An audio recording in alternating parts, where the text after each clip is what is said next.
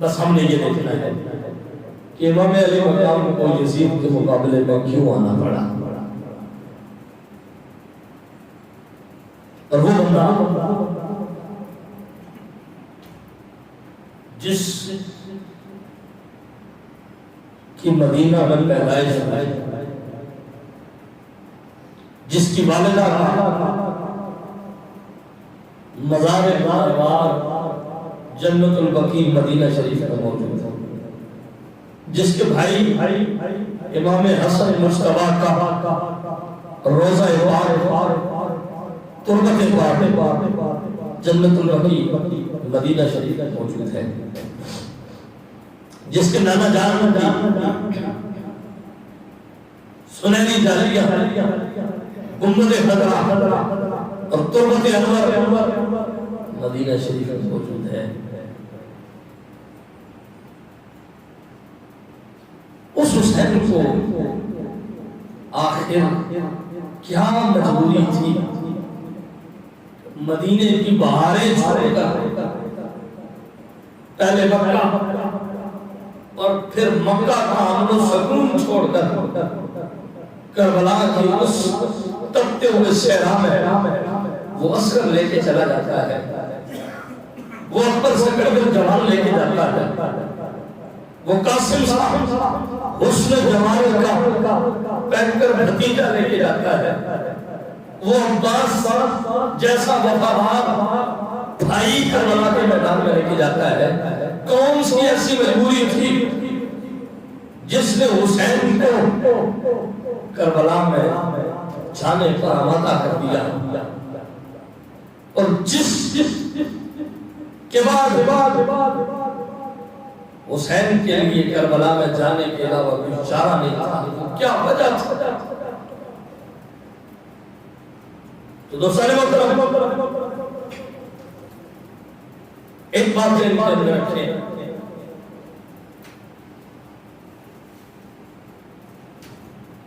کہ امام علی مقام کا مقصد حکومت حاصل کرنا نہیں تھا، تخت حکومت یہ ان کے مقصد میں شامل نہیں۔ حسین نہ تو تخت حاصل کرنے کے لیے گئے تھے، باقی رہی بات یہ کہ جب مجاہد جہاد میں آتا ہے تو اس کے ذہن میں یہ چیز ہوتی ہے کہ اگر اللہ نے مجھے شہادت دی تو شہادت کے بعد اللہ تعالیٰ مجھے جنت عطا فرمائے گا،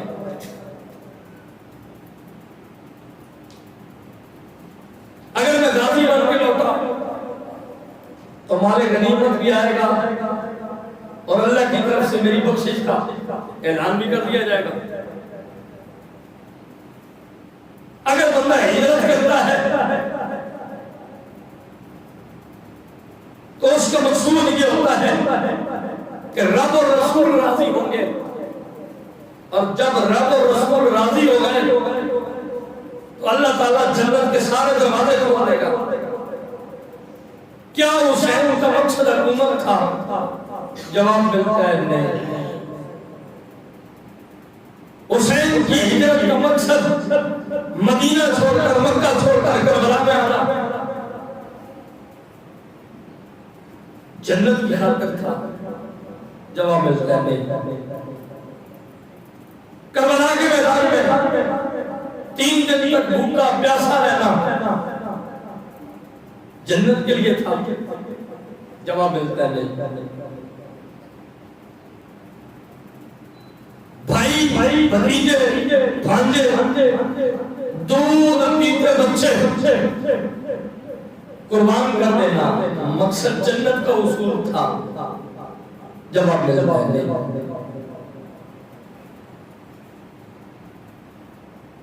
اب آپ کہیں گے کہ کون سا ایسا بندہ ہے مومن ہے کہ جس کو جنت کی ضرورت نہیں؟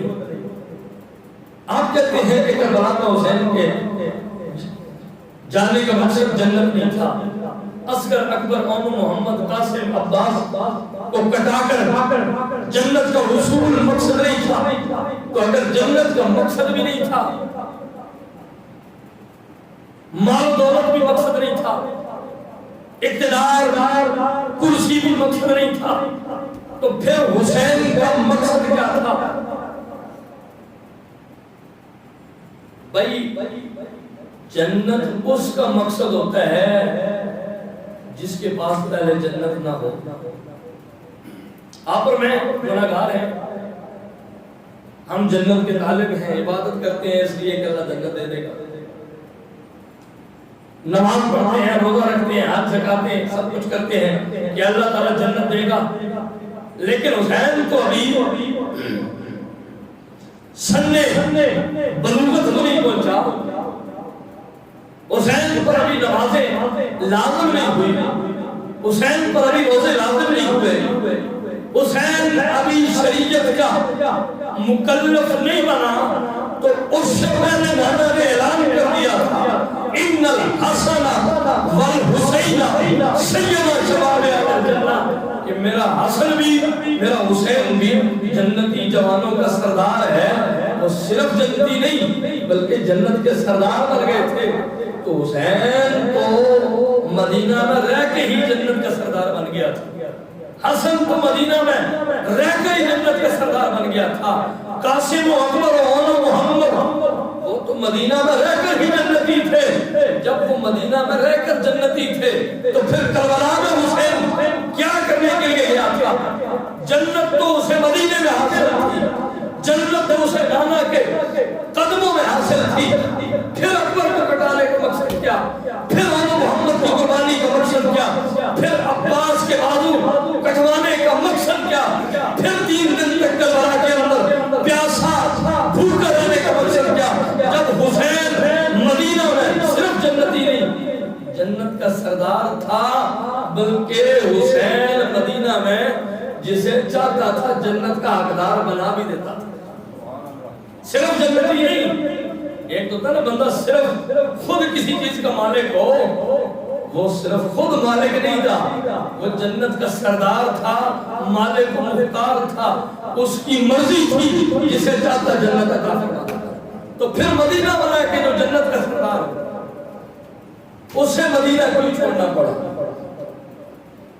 جو مکہ کے پرامن شہر میں جنت کا سردار ہو اسے مکہ کیوں چھوڑنا پڑا؟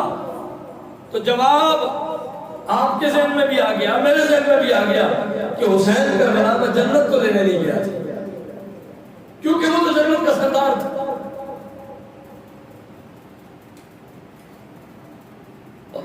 ہمارے تدریسی زبان میں جو مدرسین ہیں وہ جب کسی بندے کو کوئی چیز پہلے سے ملی ہوئی ہو نا تو اس کے حوالے سے دوبارہ کوشش کرنے کو کہتے ہیں تحصیل حاصل. یعنی مطلب کیا ہے کہ جو چیز پہلے ملی ہوئی ہے اسی کی کوشش دوبارہ کی جا رہی ہے. تو حسین جب جنت کا سردار بن چکا تھا تو پھر کربلا میں حسین جنت تو نہیں لینے گیا، کربلا میں حسین اقتدار کے لیے تو نہیں گیا، کربلا میں حسین مال و دولت کے لیے تو نہیں گیا، اور کربلا میں حسین لڑنے کے لیے بھی نہیں گیا. کیونکہ جو لڑنے کے لیے جاتے ہیں وہ سکینہ جیسی بچیاں ساتھ نہیں لے کے جاتے، جو لڑنے کے مقصد سے جاتے ہیں وہ عسکر جیسے دودھ پیتے بچوں کو ساتھ لے کر نہیں جایا کرتے. 6 مہینے کے عسکر کا اور معصومہ سکینہ کا ساتھ جانا اس بات کی دلیل ہے کہ حسین نہ اقتدار کے لیے، نہ کرسی کے لیے، نہ جناب مال غنیمت کے لیے، نہ لڑنے کے لیے، نہ جنت کے لالچ میں گیا تھا. سوال تو اپنی جگہ پہ برقرار ہے، پھر حسین کس لیے گیا تھا؟ پھر حسین کے جانے کا مقصد کیا تھا؟ تو آئے مقصد میں آپ کو بتاتا ہوں. حسین کے جانے کا مقصد یہ تھا کہ نانے کا دین بچ جائے. حسین کے جانے کا مقصد یہ تھا کہ ناموس رسالت پر جو یزید یزید بدبخت نے حملے کرنا شروع کر دیے تھے تو ناموس رسالت پر حسین پہرا دینے کے لیے گیا تھا، ناموس رسالت پر پہرے داری کے لیے حسین گیا تھا، جنت کی سرداری کے لیے نہیں گیا تھا، جنت کی سرداری انہیں حاصل تھی۔ آج جو ہم گفتگو کر رہے ہیں اس کا لب لباب خلاصہ یہ ہے، امام علی مقام کو مدینہ سے مکہ، پھر مکہ سے کربلا، اور کربلا میں پھر یکم محرم سے لے کر 7 تک، اور 7 سے پانی بھی بند، 8 9 10 تک پانی کھانا سب کچھ بند رہا۔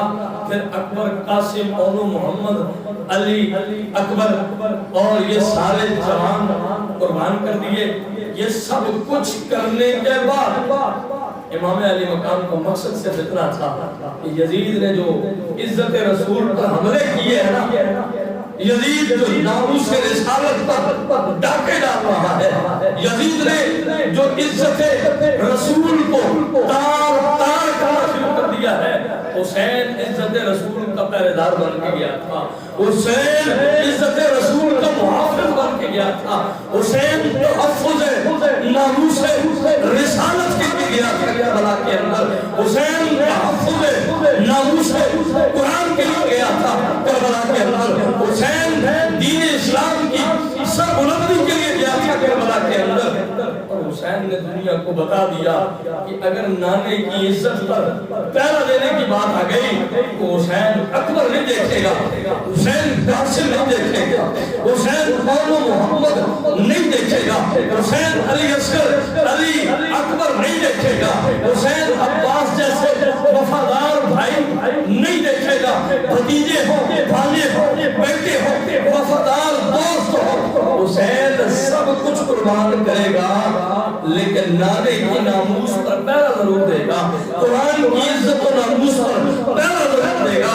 اور اگر ایسا وقت آ گیا کہ ناموس رسالت کے لیے حسین کو اپنا سر دینا پڑا، اپنی جان دینا پڑی، تو عزت رسول کے لیے حسین اپنی جان بھی قربان کرے گا، ناموس قرآن کے لیے حسین اپنی جان کی نذرانہ بھی پیش کرے گا، اور جب ضرورت پڑی ناموس رسالت کے لیے، ناموس قرآن کے لیے، عزت اسلام کے لیے، تو پھر حسین نے جان دے کے بتایا ہے کہ ہم ہی وہ محمد کے گھرانے والے ہیں کہ جو جن کے گھر دین شریعت کا مرکز ہے، اور ہم ہی وہ لوگ ہیں کہ جن کے گھر امامت بھی ہے، ہم ہی وہ لوگ ہیں کہ جن کے گھر میں نبوت بھی ہے، ہم ہی وہ لوگ ہیں کہ جن کے گھر میں رسالت بھی ہے، ہم ہی وہ لوگ ہیں کہ جن کے گھر کے اندر طہارت بھی ہے۔ اللہ نے جتنی شانیں ہیں، جس گھرانے کو ان شانوں کا مظہر بنایا ہے وہ ہمارا گھرانہ ہے۔ امام علی مقام نے اپنی جان قربان کر کے ناموس رسالت پر پہرا دے کے دنیا کو بتا دیا، عزت رسول پر بات آ جائے تو حسین جیسا بندہ بھی مدینہ چھوڑ دیتا ہے، حسین جیسا بندہ بھی مکہ چھوڑ دیتا ہے، حسین جیسے شخص کو بھی مدینہ کو خیر آباد کہنا پڑتا ہے۔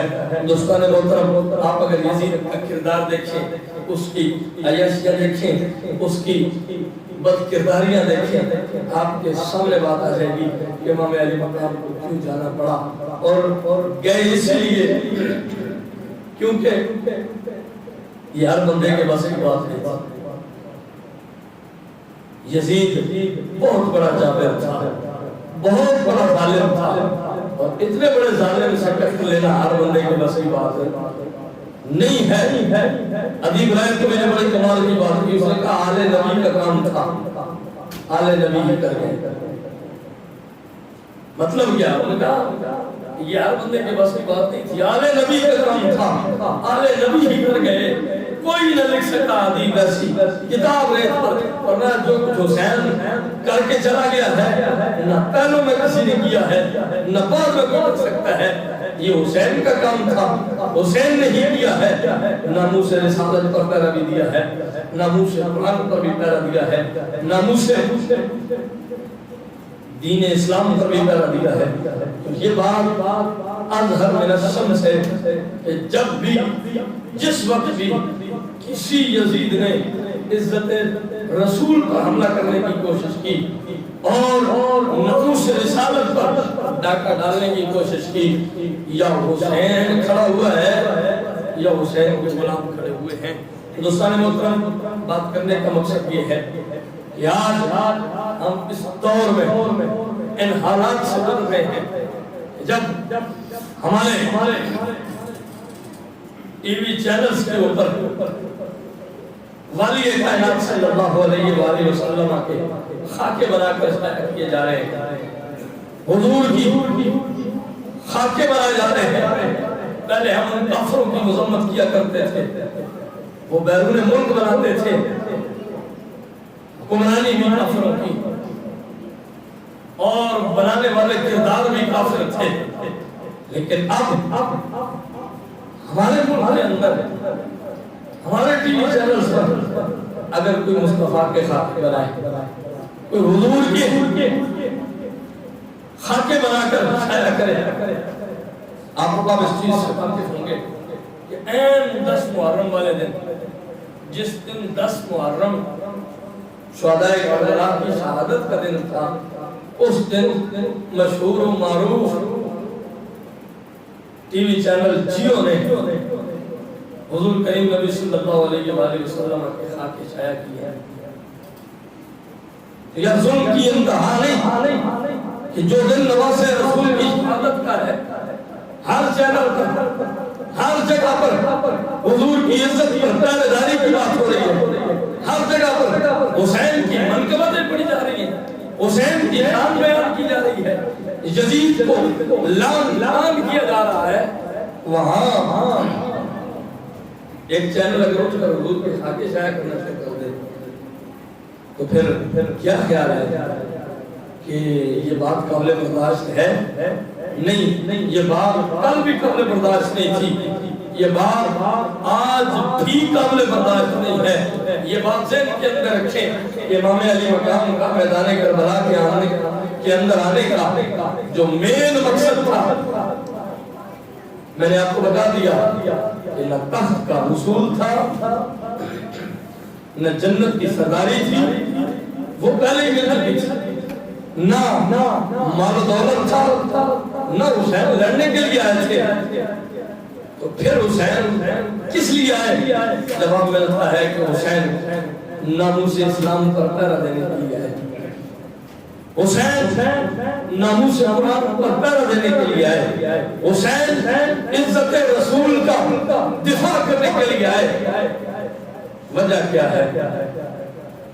حضور کی ایک حدیث پاک کا مفہوم ہے، میرے کریم نبی صلی اللہ علیہ وسلم نے فرمایا کہ میری سنت کو جو بندہ سب سے پہلے بدلے گا وہ شخص بنو امیہ سے ہوگا اور اس کا نام یزید ہوگا۔ میری سنت کو بدلنے والا پہلا شخص، حضور فرماتے ہیں، حدیث رسول کا مفہوم عرض کر رہا ہوں، اور میں میری سنت کو بدلنے والا پہلا بندہ بنو امیہ سے ہوگا اور نام اس کا یزید ہوگا۔ تو اس کا مطلب ہے یزید سنت رسول بدلنے چلا تھا اور حسین سنت رسول بچانے کے لیے گئے تھے۔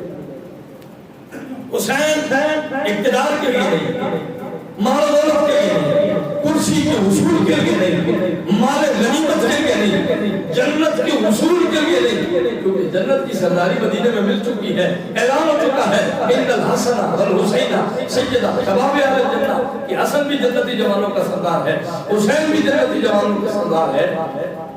مزے کی بات یہ اور امام علی مقام کی بارگاہ میں آیا، کوفیوں کو چھوڑ کے آیا، شامیوں کو چھوڑ کے آیا، امام علی مقام کی بارگاہ میں آ کر سب جھکا لیے، کہا علی بڑے جرم کیے ہیں، معافی مل سکتی ہے۔ آپ نے فرمایا حسین کے پاس آگے ہو، پھر یہ سوال کرنا کہ معافی مل سکتی ہے یا نہیں؟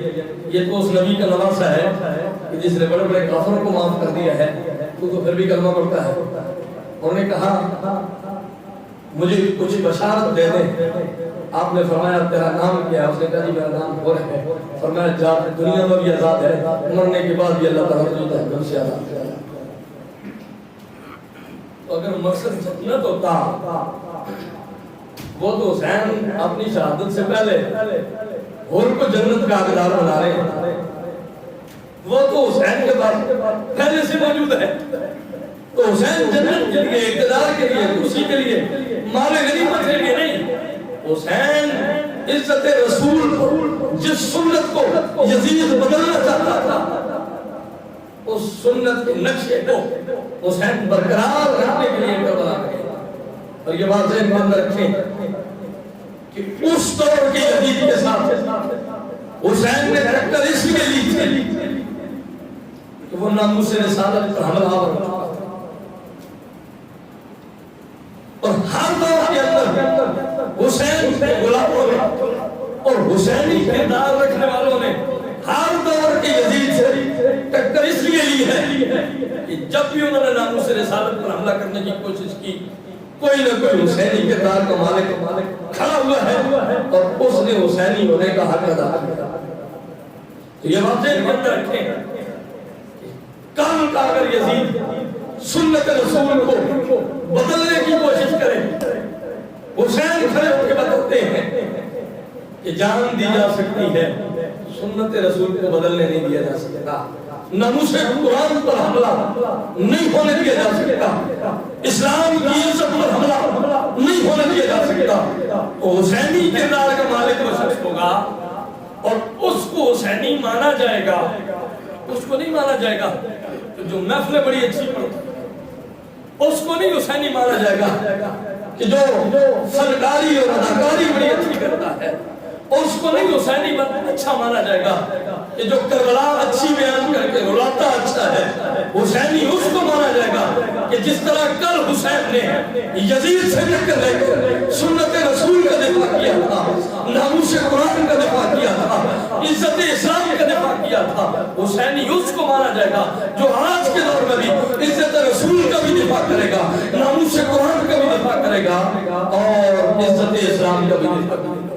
وہ حقیقی معنوں میں حسینی کہلانے کا اقدار ہے. عطا اللہ قاسمی نے بڑی کمال کی بات کی تھی. اس نے کہا تھا نام کو چھوڑ کے ہم کام کے پیچھے، کام کو چھوڑ کے ہم نام کے پیچھے ہیں. عطا وہ شجر بوئی نہیں جن کے ثمر میں.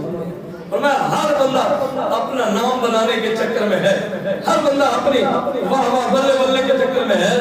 فرمایا پہلے وہ کام تو کرو کہ جس سے نام بنتے ہیں، ویسے نام نہیں بنتے.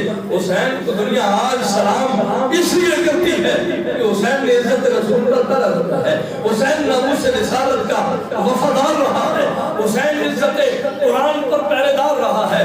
اور حسین نے بتایا ہے جو حافظ قرآن ہوتے ہیں وہ صرف مصلوں پر قرآن پڑھتے ہیں، وہ صرف نوافل اور تہجد میں قرآن پڑھتے ہیں. جو حافظ قرآن بھی ہو، محافظ قرآن بھی ہو، وہ مصلوں پر بھی قرآن پڑھنا جانتے ہیں. اور اگر وقت آ جائے سر کربلا کے میدان میں موجود ہو، سر نیزے کی نوک پر ہو، پھر بھی قرآن سناتے ہیں. وہ حسین نے بتایا کہ جو رسول کی سنت کا دفاع کرنے کے لیے نکلے ہوں وہ نرم و نازک مصلوں پر بھی سجدے کرتے ہیں. اور اگر وقت آ جائے تو 22,000 تلواروں کا سر کے اوپر سایہ ہو اور 22,000 سواروں کے سائے میں بھی وہ سجدہ کر کے اپنے رب کو مناتے ہیں. اور میں آپ کو ایک بات بتاؤں، چونکہ محرم تو ختم ہونے والا ہے لیکن کربلا باقی ہے. محرم ختم ہو جاتا ہے، لوگوں کا 10 دن محرم ہوتا ہے ختم ہو جاتا ہے، کربلا 10 دن ہوتی ہے ختم ہو جاتی ہے. لیکن یہ بات ذہن کے اندر رکھیں، کربلا باقی رہے گی، محرم ہوتے رہیں گے. لیکن ایک بات ذہن کے اندر رکھیں، امام علی مقام نے ان 22,000 تلواروں کے نیچے ایسا سجدہ کیا جو بندہ نرم و نازک مصلی پر ملے. کتنی دیر آپ سجدہ کریں گے؟ قرآن کہتا ہے والذین یبیتون لربہم سجدا و قیاما. وہ ایسے متقی اور پرہیزگار کچھ لوگ ہیں جن کی ساری رات رب کی بارگاہ میں قیام اور سجدے میں گزر جاتی ہے. اچھا کوئی 10 گھنٹے کی 12 گھنٹے کی رات ہر سجدہ کرتا ہے، بڑی بات ہے، بڑا عبادت گزار ہے. لیکن جس کو 15 صدیاں ہو گئی ہیں ابھی تک سجدے میں، اس کے سجدے کا عالم کیا ہوگا، اس کے سجدے کا جدران کیا ہوگا کہ حسین کو سجدہ کرتے ہوئے سب نے دیکھا ہے، لیکن سجدے سے سر اٹھاتے ہوئے حسین کو کسی نے نہیں دیکھا۔ اور غالباً کسی نے بڑی کمال کی بات کی تھی، اس نے کہا تھا کہ نہ مسجد میں نہ بیت اللہ کی دیواروں کے سائے میں، شاید حفیظ جلندری تھا لیکن میں کنفرم نہیں کر رہا کہ وہی ہے، اور جس نے بھی کہا جو بھی کہا اچھا کہا، نہ مسجد میں نہ بیت اللہ کی دیواروں کے سائے میں نماز عشق ادا ہوتی ہے تلواروں کے سائے میں۔ اور مسلموں پر تو ہر جو ہے وہ امام نمازیں پڑھا لیتا ہے، ہر بندہ اے سی کے نیچے پنکھوں کے نیچے نماز پڑھ سکتا ہے، فرمایا حسین والی نماز پڑھو کہ 22,000 تلواروں کا سر پر سایہ ہو، لیکن حسین کا یہ عالم ہے کہ حسین کو پرواہ کوئی نہیں ہے کہ یہ میری جان کے پیاسے پیاسے، تو کائنات کے اندر حسین ایک ہی ہوا ہے۔ حافظ قرآن بڑے ہیں، محافظ قرآن ایک ہی ہوا ہے۔ دین کا محافظ اگر کوئی ہستی ہے تو وہ امام علی مقام امام حسین کی ہستی ہے۔ اور اگر میں یہاں پر اپنی بات کو اختتام کی طرف لے کر جاؤں کہ وقت کافی ہو گیا، تو دوستان محترم دو کردار ہے ہمارے سامنے، ایک یزید کا کردار ہے، اس کی ایک جھلک میں نے آپ کے سامنے رکھی۔ وہ حضور کی سنت کو بدلنا چاہتا تھا، سر عام زنا کیا کرتا تھا، اور صرف زنا نہیں، صرف زنا بھی بہت بڑا گناہ ہے، بہت بڑا گناہ ہے، بہت بڑا گناہ ہے، لیکن وہ صرف زنا نہیں کیا کرتا تھا، اس نے ان رشتوں کے ساتھ زنا کرنے کی اجازت دے دی تھی جن کے ساتھ شریعت نے نکاح بھی حرام کیا۔ آپ میری بات سمجھ رہے ہیں؟ جن کے ساتھ شریعت نے زنا تو دور کی بات، زنا تو کسی کے ساتھ بھی حرام ہے نا، وہ رشتے جن کے ساتھ نکاح بھی حرام ہے اس نے ان کے ساتھ زنا کی اجازت دے دی تھی۔ ماؤں کے ساتھ، بہنوں کے ساتھ، بیٹیوں کے ساتھ اس نے اس فعل بد کا ارتکاب کرنے کی اجازت دے دی تھی۔ شراب سرعام پیتا تھا۔ آپ مجھے ایک بات بتائیں، ہم شراب پینے والے کو حسینی کہیں گے یزیدی کہیں گے؟ نام سے تو کوئی حسینی نہیں بنتا، ہم شرابی کو حسینی کہیں گے یزیدی کہیں؟ آپ اگر من ہے، میں فیصلہ نہیں کرتا، آپ مجھے بتا دیں، ہم زانی کو حسینی کہیں یا یزیدی کہیں؟